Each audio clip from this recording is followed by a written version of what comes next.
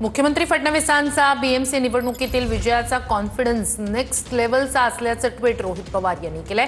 तर EVM machine आणि निवडणूक यंत्रणा हातात असल्याशिवाय कॉन्फिडन्स येणार नाही असा टोला रोहित पवारांनी लगावला। तर देवाभाऊंचा कॉन्फिडन्स हा ईव्हीएम मुळे नाही तर जनतेच्या विश्वासामुळे आणि जनता जनार्दनाच्या आशीर्वादामुळे आहे असं प्रत्युत्तर नवनाथ बन यांनी दिलंय।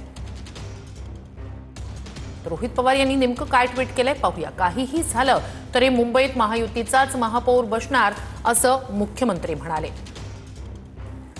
मुख्यमंत्री देवाभाऊंनी बीएमसी निवडणुकीतील विजयाचा दाखवलेला कॉन्फिडन्स नेक्स्ट लेव्हलचा आहे।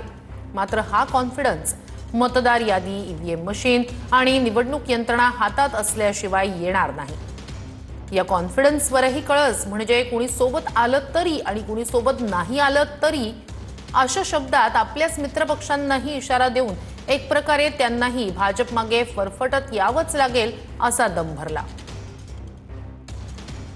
तर त्याला नवनाथ बन यांनी प्रत्युत्तर दिलंय। देवाभाऊंचा कॉन्फिडन्स हा ईव्हीएम मुळे नाही तर जनतेच्या विश्वासामुळे आणि जनता जनार्दनाच्या आशीर्वादामुळे आहे।